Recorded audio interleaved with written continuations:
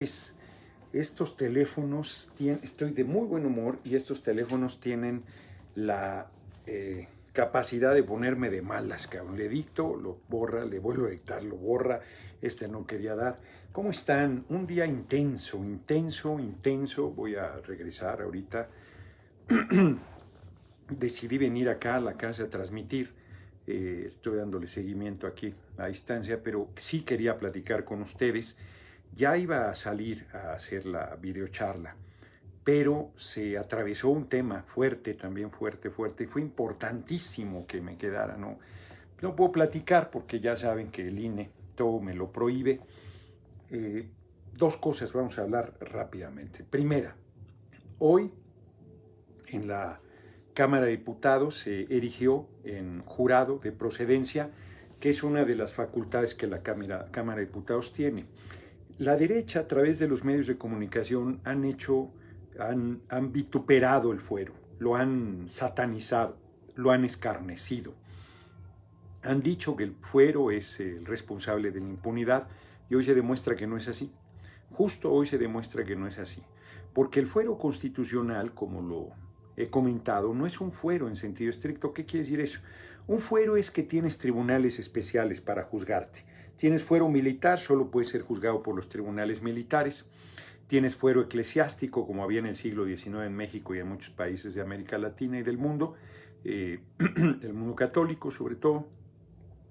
Solo podía ser juzgado por los tribunales eclesiásticos. No hay un tribunal para políticos. Tú, político, cometes un ilícito y la Cámara se erige en juzgado de procedencia, fundamentalmente manteniendo tu presunción de inocencia. La Cámara no te condena, no te sentencia, no te castiga, no te sanciona, ¿no? No es como el INE que se cree todo, ¿no? La Cámara lo único que valora es si las acusaciones tienen fundamentos, si se ve que hay credibilidad en la acusación, que presuntamente los indicios son de que sí se cometió un ilícito y, sobre todo, valora que no haya una persecución política, que no se haya prefabricado un delito para sacarte de la actividad, para deponerte del cargo, para bloquearte tu carrera política. Hoy me decía Ochoa Reza, no, es que es un precedente muy grave. No, le digo, el precedente muy grave lo plantearon ustedes.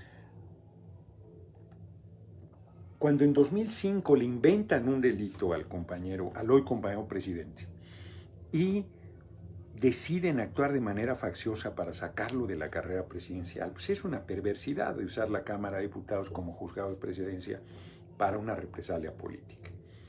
Lo que guardando proporciones hizo el Tribunal Electoral y el Instituto Nacional Electoral con Félix Salgado y con Raúl Morón, de suspenderle sus derechos a ser votados en un atropello absoluto.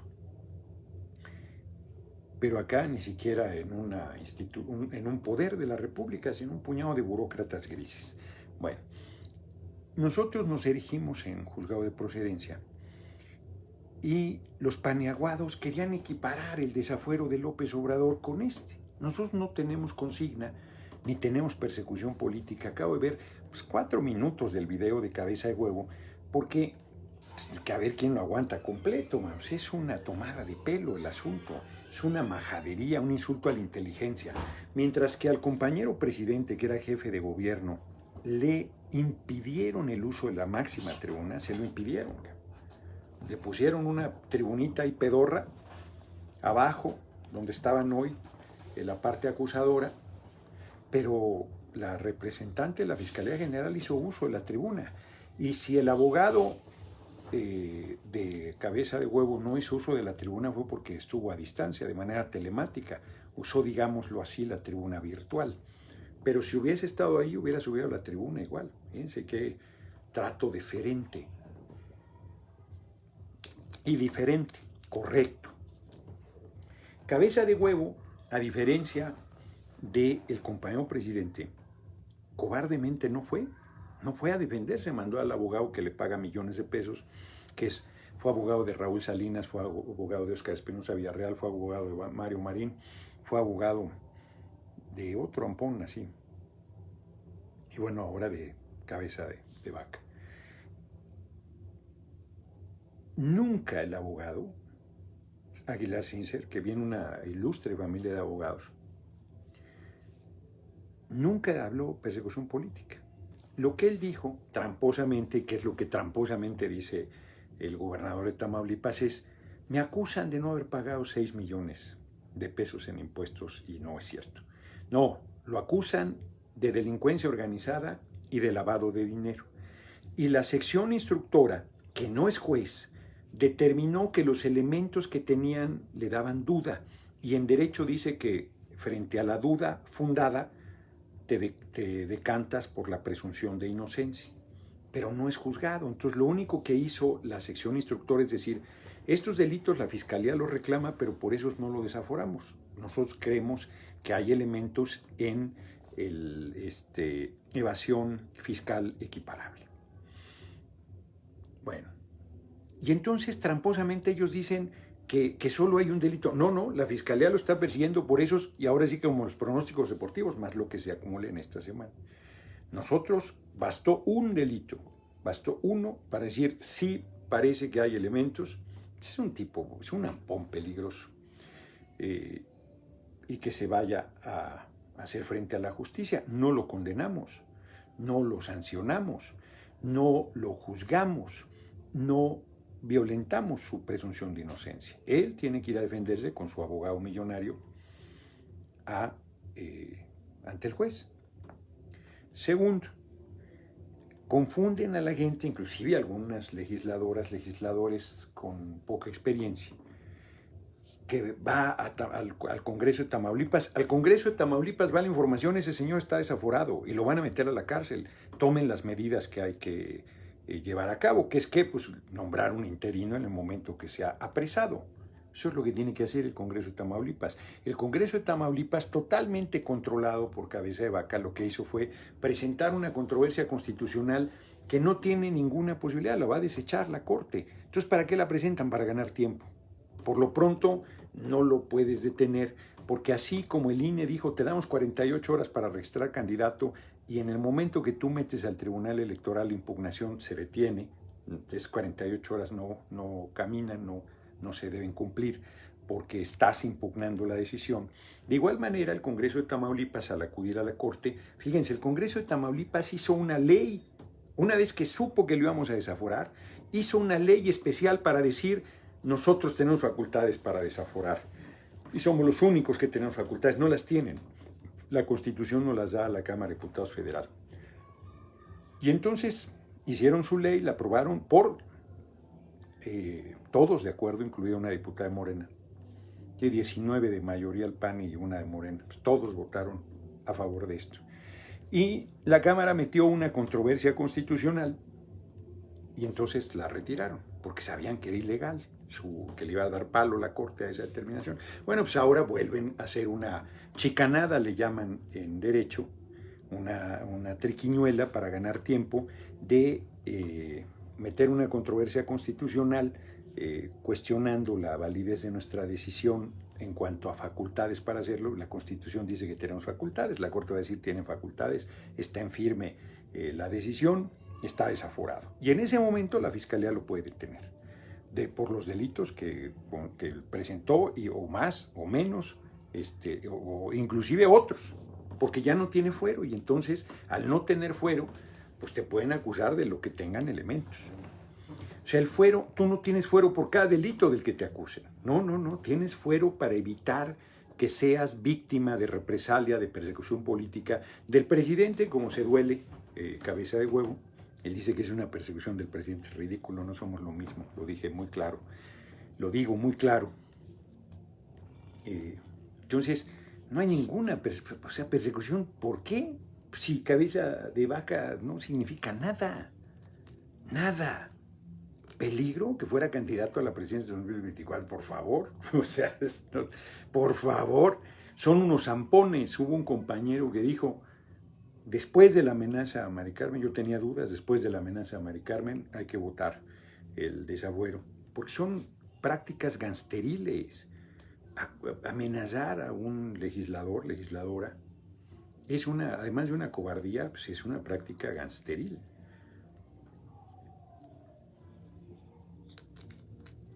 Ese Silvano Aureoles también trae una complicación grandecita. Grandecita, grandecita. Entonces fue un debate durísimo, larguísimo.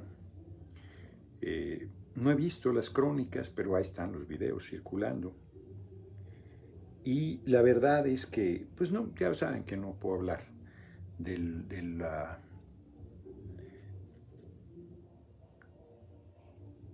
peso que yo haya tenido en la sesión, pero sí puedo hablar como si fuera un periodista de lo que sucedió. Intenso debate, momentos muy tenso.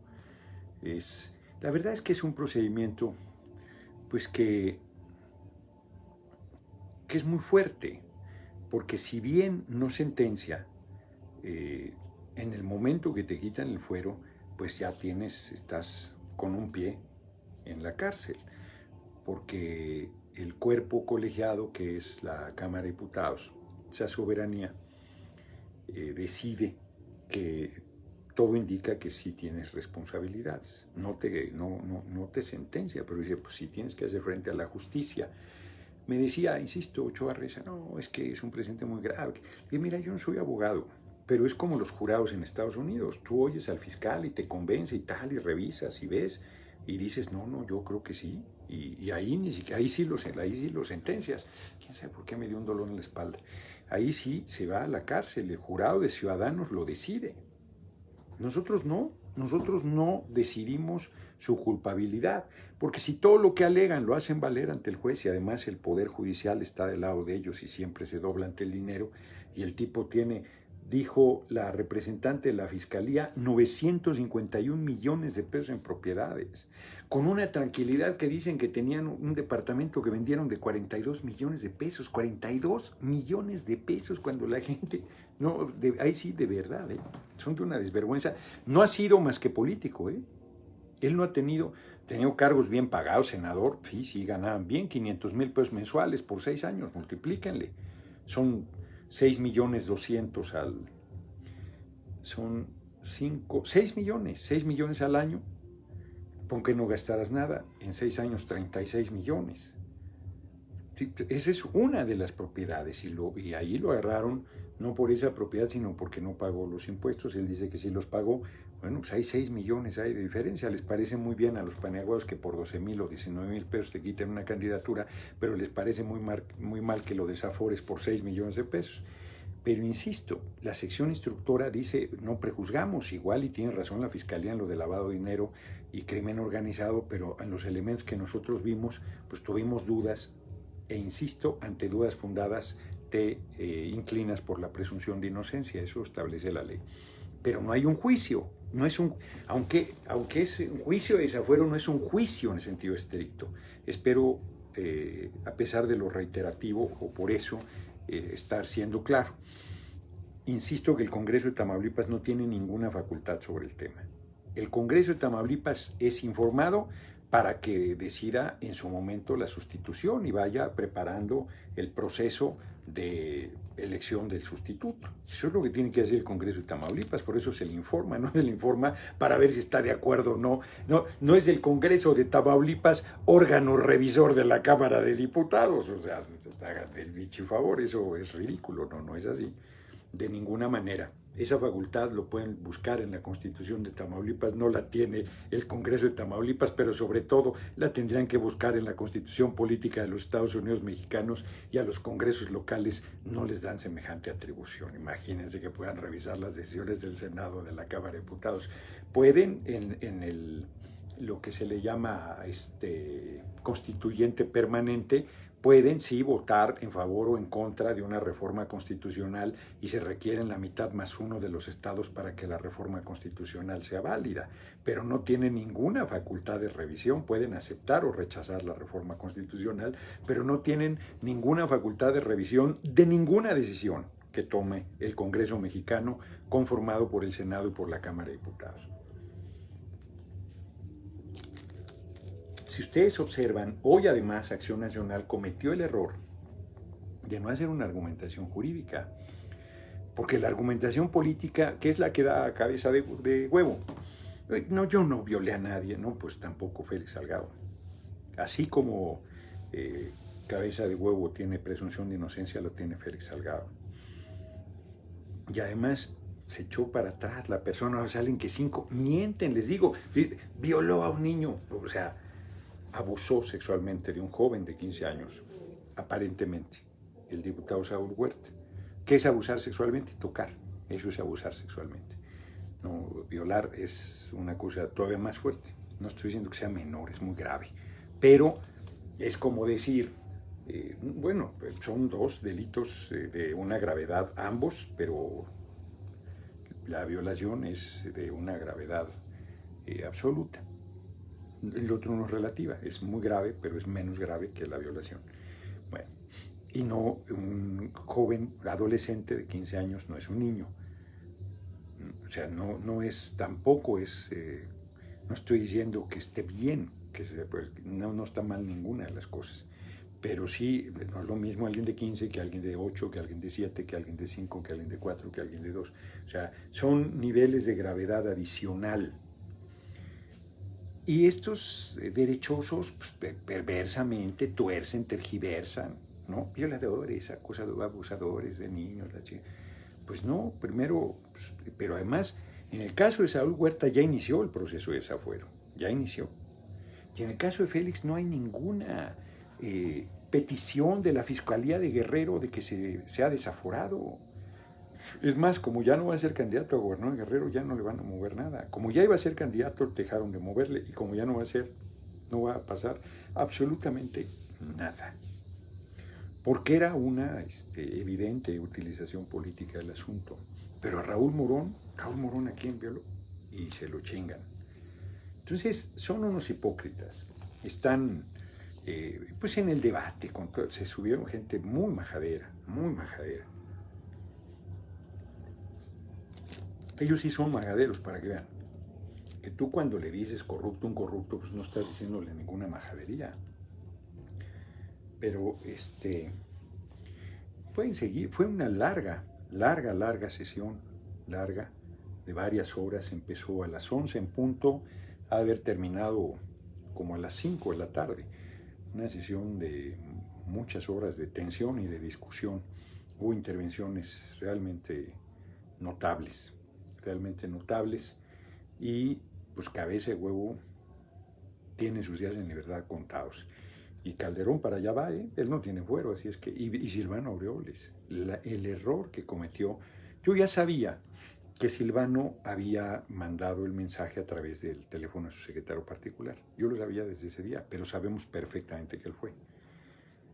O sea, eso es comprobable, ¿no? No creo que el secretario particular quiera cargar con la responsabilidad de lo que Silvano hizo. Pues no creo que quiera ir a la cárcel en su lugar.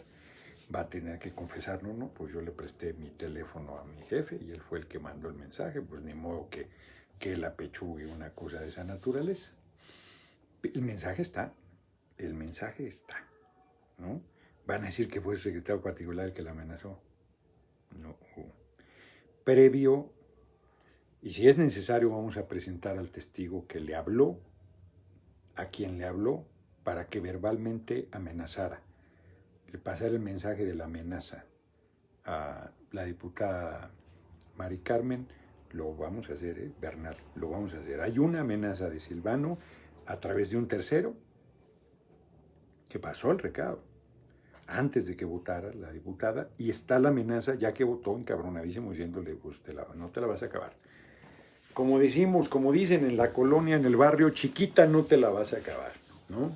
Y no refiriéndose a chiquita por ser mujer, sino de que el tamaño de lo que se le venía encima. Es una agresión terrible, cobarde, infame. Y hoy Acción Nacional, las presuntas amenazas. O sea, ellos que dicen que le creen a la mujer, que es siempre discriminada, que la atropellan, que la agravian, que la chingan. Si es nuestra compañera, entonces sí son presuntas amenazas.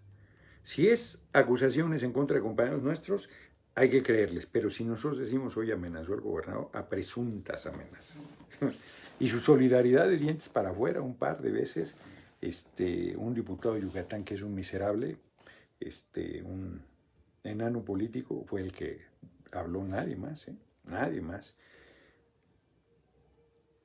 No, no, tienen que ver, legisladoras paniaguadas, sin ninguna solidaridad hacia Mari Carmen, pura hipocresía su feminismo, pura hipocresía.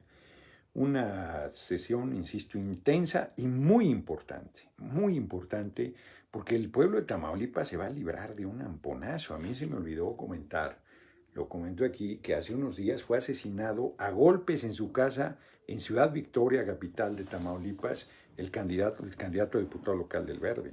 No, es un tipo muy peligroso. Muy peligroso. Familias de la frontera, de toda la vida, tuvieron que ir a Estados Unidos. Algunos los apresó y los mantiene presos políticos y otros fueron tan perseguidos que se tuvieron que ir a Estados Unidos a esperar a que pasara el gobierno de este tipo. Es un tipejo y un cobarde. ¿Por qué no fue? Fue a patear la puerta de la oficina de la secretaria general cuando empezó el proceso, hace varios meses, y hoy no fue. ¿Por qué no fue? Si es tan inocente, si es tan firme, si es persecución política, ¿por qué no tuvo el valor de irlo a decir él? Tuvo que hacerse cargo de diputadas y diputados de los paneaguados para que fueran a decir las majaderías contra nosotros. Pues ni así se salvó. La decisión está tomada. Mayer hoy se llevó también su estate quieto. Ya lo traía yo en la mira. Y nos iba a meter en una trampa bárbara. Ya me veía yo, metimos la pata, lo dije, en lo de la telefonía, ahora sí que nos la metieron la iniciativa como de consenso, y cuando la prueba decía, no, dije, pero ¿cómo aprueban eso?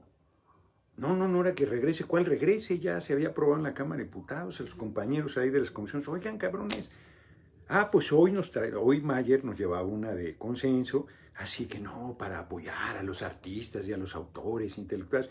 Lo que quería el cabroncito era cobrarle a todos los aparatos electrónicos que hoy son elementos fundamentales de la vida del ser humano, celulares, iPad, computadoras, USB, todo este tipo de cosas, un derecho, impuestos nuevos, que según iban a pagar los importadores y los comercializadores, y que, pues, ¿cuál? Pues lo iba a pagar el pueblo en general, y era, para particulares.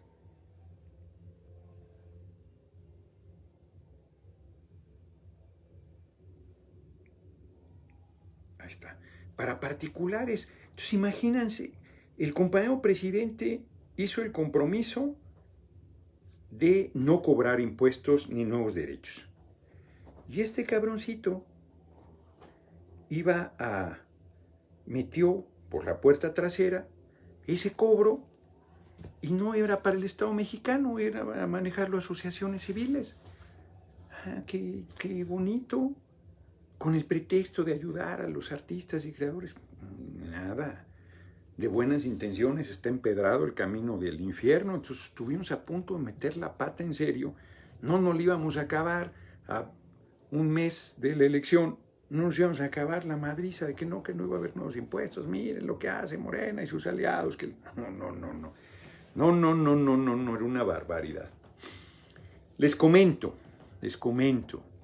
tengo muchas invitaciones, no exagero, voy este domingo a Naucalpan, tengo invitaciones ahí mismo en Iztapalapa, a otros distritos, a Veracruz, a San Luis Potosí, a Zacatecas, a Aguascalientes, a Guerrero, Oaxaca, Michoacán, montones de lugares. Sí estaba yo a Sinaloa pensando cómo tratar de ir a algunos lugares. Estoy en la permanente los miércoles, no voy a poder hacer campaña, además estoy en la mesa directiva de la permanente como secretario. Fue la primera vez que fui diputado, en 2009 fui secretario de la mesa directiva. Pues ahora voy como secretario de la permanente.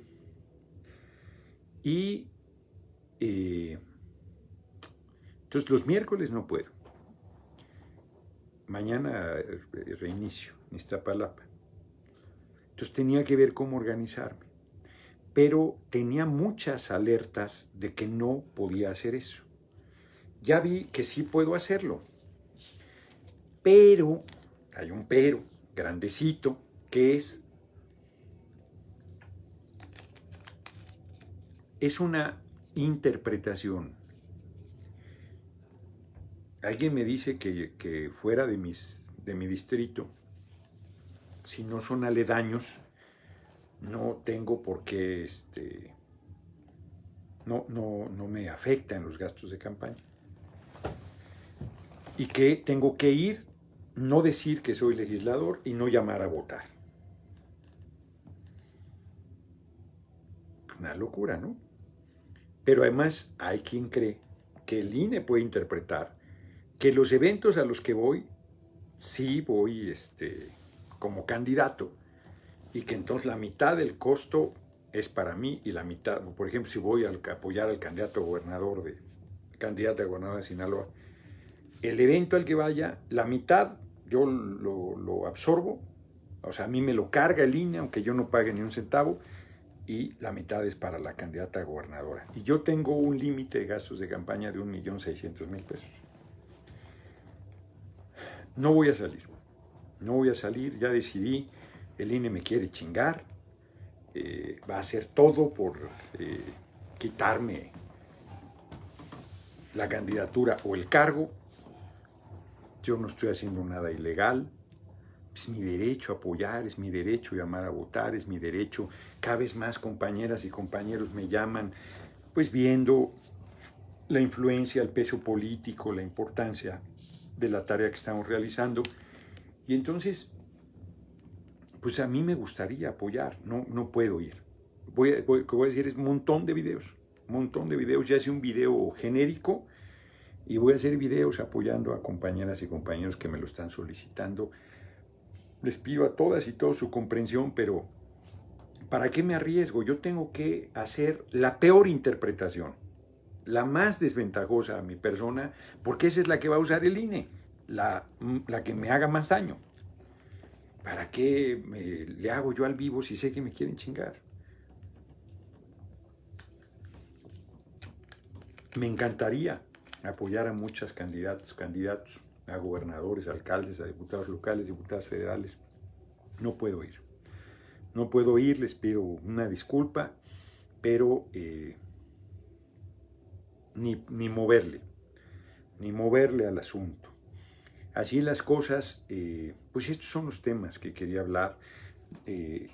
Las efemérides, porque sí quiero, no voy a ver ni una pregunta, me disculparán. Mañana me comprometo a ver preguntas y todo.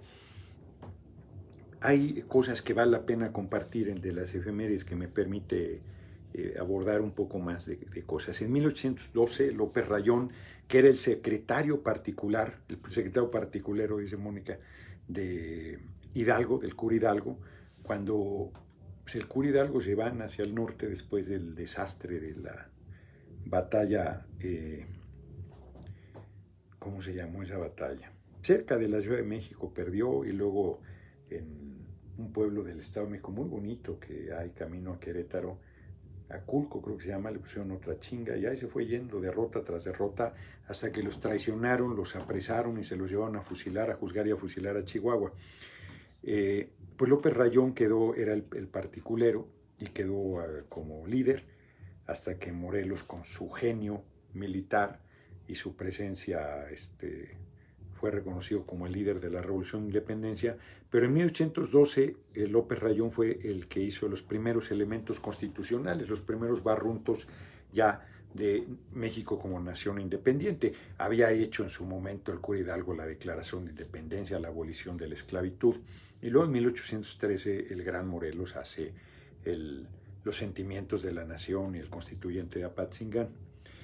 Un día como hoy, también de 1912, el gran general Emiliano Zapata hace una primer recuperación de tierras despojadas a campesinos, campesinas de Morelos, y hace el reparto, la restitución de tierras más que el reparto, porque ese no fue un reparto, fue una restitución de tierras. Un día como hoy, de 1938, Bugs Bunny sale por primera vez en un cortometraje. Y un día como hoy, de 1945, en Alemania, en Berlín, en el búnker, se suicidan Adolfo Hitler y Eva Braun, su esposa. Siempre ha habido, hay toda una serie de teorías de que acabaron en Argentina. Muchos nazis acabaron en Argentina. Pues de hecho a Eichmann en Argentina lo secuestran, se lo llevan a juzgar a Israel y ahí lo ejecutan. Después de un juicio, él estaba tan tranquilo ahí, muchos, o sea, la dictadura militar de Argentina en 1976 tiene una fuerte influencia fascista por los alemanes que, no solo, pero tuvieron una influencia fuerte. Entonces, nunca se encontraron los cuerpos, por eso hay tanta especulación y hay quien sostiene que Hitler acabó sus días en Argentina o en Alemania, digo en Argentina, en Alemania, en Argentina o Brasil. La Iglesia Católica, el Papa, el Vaticano, ayudó a un chingo de nazis a fugarse a Sudamérica. Chingo de nazis. El Papa, no me acuerdo quién estaba. La Iglesia Católica jugó un papel terrible, terrible, en contra del ser humano y de las luchas por liberar a la humanidad. Un día como hoy, de 1972, muere Clara Campoamor, poetisa y escritora. Un día como hoy, de 1975, termina la guerra de Vietnam, una hazaña del pueblo vietnamita. Yo una vez he viajado a Vietnam, la ciudad de Ho Chi Minh, antes Saigón, tiene un museo de la intervención. Es terrible, cabrón, porque eran las cárceles que hicieron los franceses, porque primero fue colonia francesa. Había unos como banquitos de cemento y ahí les encadenaban a pies y manos y acababan deformados de todas las coyunturas, porque tú dices, ves a un perrito amarrado con un mecate corto así, que el pobre está ahí todo jodido y demás. Pues estos seres humanos era peor, cabrón. No era ni siquiera mecate corto, se les dislocaban, se deformaban, porque ahí toda la vida, ¿no? Y tenían la guillotina, mataron a mucha gente. Entonces tienen esa parte y luego tienen toda la intervención norteamericana. Es un museo bien duro, cabrón. Bien, muy cabrón, de crímenes de guerra. Pues un día como hoy el pueblo vietnamita hace la hazaña de derrotar al ejército estadounidense, de liberar a su patria con pura, como lo hizo Juárez, para restaurar la república, con pura guerrilla. Hay muchas películas sobre el tema. Apocalipsis Now de Marlon Brando es espléndida, cabrón. Loquísima la película, pero hay una parte, ven matanzas sin fin, porque los resistentes vietnamitas eran campesinos y entonces se disfrazaban de campesinos y luego se desenterraban las armas y se los chingaban en emboscadas. Y entonces los soldados norteamericanos, drogados, muy jóvenes y hechos pinole, llegaban y masacraban aldeas completas, que les echaban napalm, que son no solo bombas terribles, sino son bombas que incendian. No, hicieron barbaridades, cabrón, barbaridades. Hay muchísima, hay un corresponsal de guerra en Anagrama. Se los recomendé ahora en la pandemia. Un libro extraordinario. ¿Cómo se llama? No me acuerdo ahorita ni el nombre, ni del autor, ni del título, fíjense. Yo que tengo tan buena memoria, pero bueno, de repente me falla. Hay mucha bibliografía, hay películas, cualquier cantidad, cabrón, cualquier cantidad sobre este tema. Y ayer, ¿se acuerdan? Un día como ayer, Cassius Clay, 5 años a la cárcel, le quitaron el título de campeón del mundo por negarse a ir a combatir a Vietnam. No era para nada un cobarde, era un hombre que luchó por la igualdad entre negros y blancos. Y decía, a mí ningún Vietcong me ha dicho níger. Níger es la manera brutalmente despectiva, aquí como los que usan indio, naco, indio, ¿no? Para racista, para tratar a alguien. A los mexicanos en Estados Unidos, greasers, les dicen grasosos, ¿no? Así como a mí me dicen mugrosos los clasistas que se creen, pues ellos en Estados Unidos les dirían greasers, a todas y todos por igual.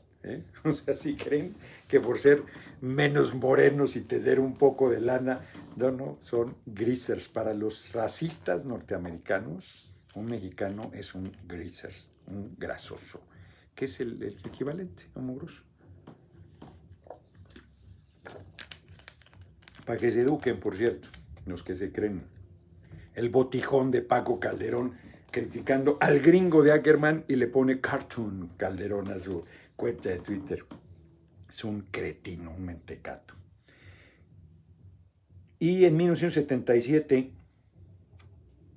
por primera vez, es una cosa fortísima. En Argentina, en 1976, hubo un golpe militar que tiró a Isabel Perón, la esposa, la viuda de Juan Domingo Perón. Gobierno muy corto porque Perón ya era muy mayor cuando pudo regresar después de muchas décadas a Argentina. Él vivió mucho tiempo en España, exiliado, muere y queda su mujer al frente de la presidencia y fue un desastre, pero no justifica el golpe de Estado.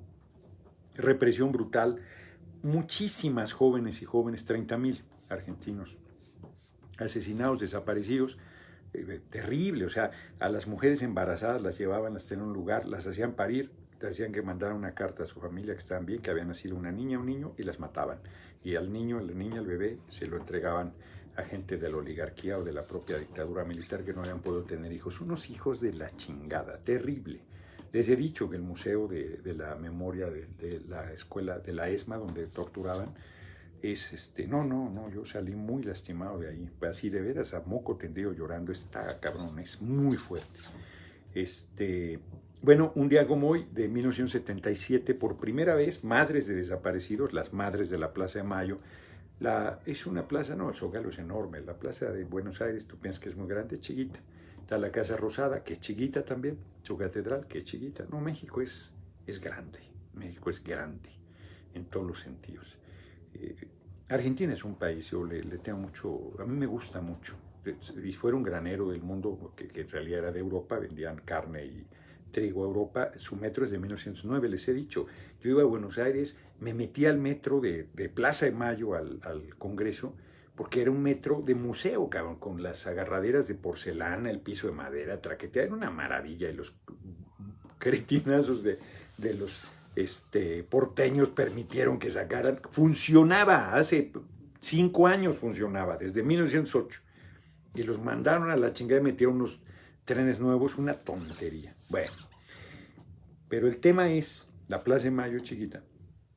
Ahí está el poder ejecutivo, como Palacio Nacional, la Casa Rosada. No es la sede de gobierno, no es la sede, no es la residencia de los Olivos, la Casa de Gobierno es la Casa Rosada, desde la colonia española. Y ahí en la Plaza de Mayo iban a protestar hoy por primera vez, cuando desaparecían los hijos y todo, y los militares son terribles, los argentinos, la madre, brutales.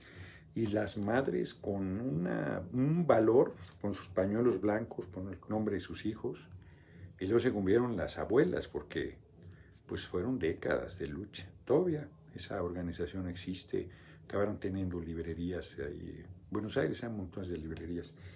Una lucha heroica, qué fuerte, porque más madres que no tenían un nivel de politización, sus hijos sí pues tomaron las armas para enfrentar a la dictadura militar.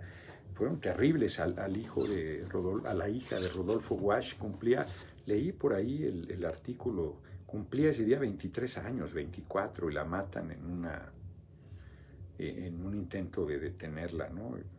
Por un lado, mejor porque eran brutales, las torturas brutales, y acababan matándolos igual en un enfrentamiento. Después de ese asesinato de la hija de Rodolfo Walsh, que ahorita no recuerdo cómo se llama, él escribe a un año igual, del 77, de la dictadura, un documento durísimo de crítica a toda la chingadera que era la dictadura militar. Y ya los he dicho, lo matan, da igual. Pero él estaba ya, no, pues era su hija. Pues, no, imagínate que te maten. Bueno, muchos de ustedes no tendrán hijos, hijas. No debe ser una cosa para volverte loco, cabrón, que te maten una hija, un hijo debe ser hijo de su chingada madre. Solo debe ser peor el que te lo desaparezcan, como los 43 normalistas, que es la hora. ¿Cómo puede el PRI y el PAN, que son sus cómplices, hablar de tonterías? No les he recordado eso a los cabrones, los 43 normalistas de Ayotzinapa, esta cara dura. Son unos miserables. 6 de junio, no se les olvide, hay que avasallarlos con votos. Esa es la respuesta. Nos vemos. Tengo todavía tarea, así es que no veo preguntas hoy. Les agradezco muchísimo que a pesar de que más de 1 hora y media después me hayan acompañado, pero era importante comentarles mi percepción, mi visión. Creo que los días en libertad de Silvano Aureoles también están contados, fíjense lo que les estoy diciendo. Y del comandante Borrolas ni se diga. Va una cosa fuerte, ¿eh? Fuerte. Nos vemos. ¿Qué pasó? Bueno, nos vemos. Vamos a ver. ¿Cuántos entraron? Ahí está. 23.846, muy buena la verdad.